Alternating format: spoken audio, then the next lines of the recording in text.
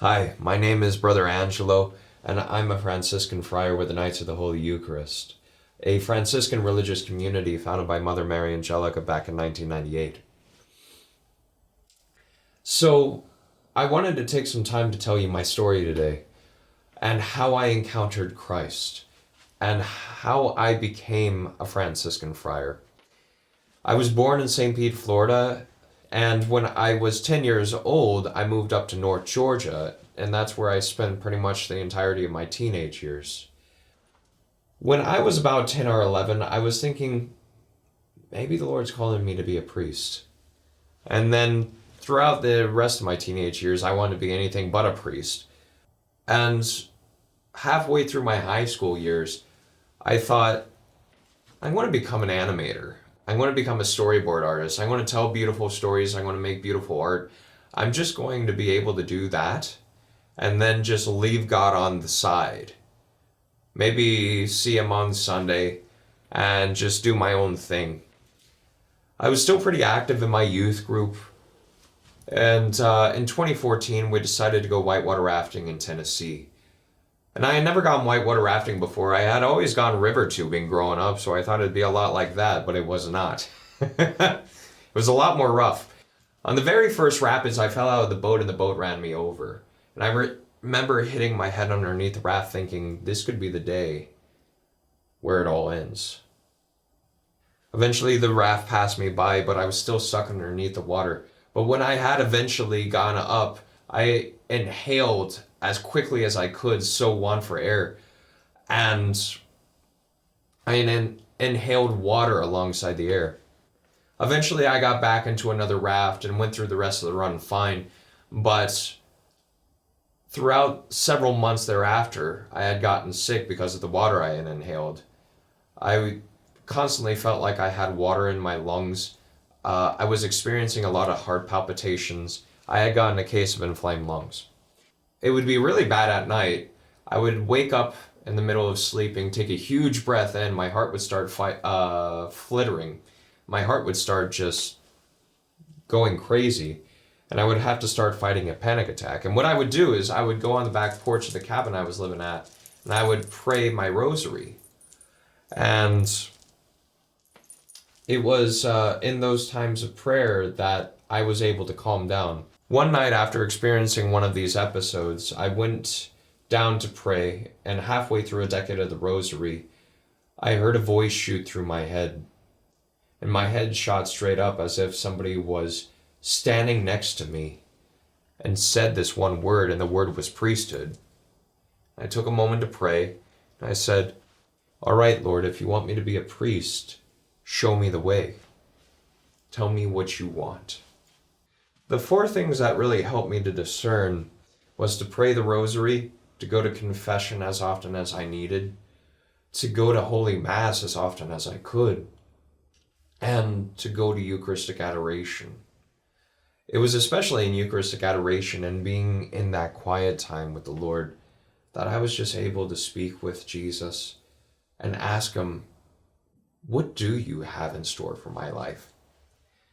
I was attracted to St. Francis's way of life because he was able to go upon the mountain to be with the Lord in intimacy, and then he was able to go out and mission to the people. And I knew that that was attractive to me, to be able to spend that quiet time with Jesus and then go out and tell others about him.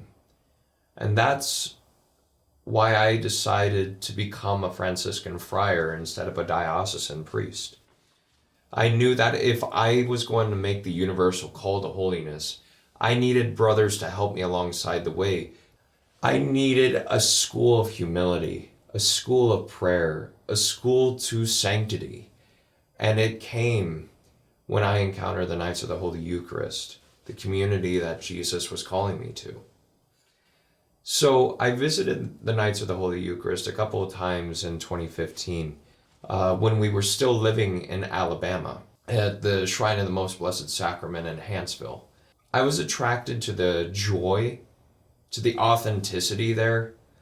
As an outsider, I was looking at these brothers and seeing that they were genuinely being themselves and yet striving for Christ. And they were doing it together.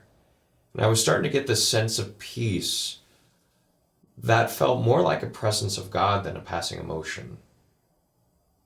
And I took that as a signal grace that this was the community that the Lord wanted me to be a part of. This was the community that He was calling me to. And so I joined August 15th of 2015, the Feast of Our Lady's Assumption. And I was only at the shrine in Alabama 7 short months before our brothers started moving up to Lincoln, Nebraska, which is where we're at now. I went through novitiate. I entered temporary profession. I actually started going to seminary classes, and I'm currently starting my 2nd year of theology now. The great joy of being a brother is being a part of a community, being part of something bigger than yourself, being on a mission to help people encounter Christ. One image I'd like to share with you to try and describe religious life is a band of soldiers.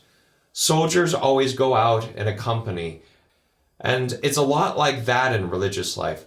When you're going out to fight for the Lord, you always have someone watching your six, always on your sides, always someone to go with, so that you are part of a mission that's not just you, but you and your brothers. Everybody has a unique vocation in the church. Everybody is called to do something, to follow Christ in a very unique way. Perhaps you might be thinking, I have no idea what Jesus is calling me to. And I don't know really much of anything, or maybe I know a little bit about religious life and what it's like. Maybe you've seen a nun or a brother somewhere in your life, or maybe you've never encountered one at all. If you're curious about what it's like to live as a brother, as a friar, come and see. Come and inquire. Just knock on the door. See if Jesus is asking you to do something very unique for Him.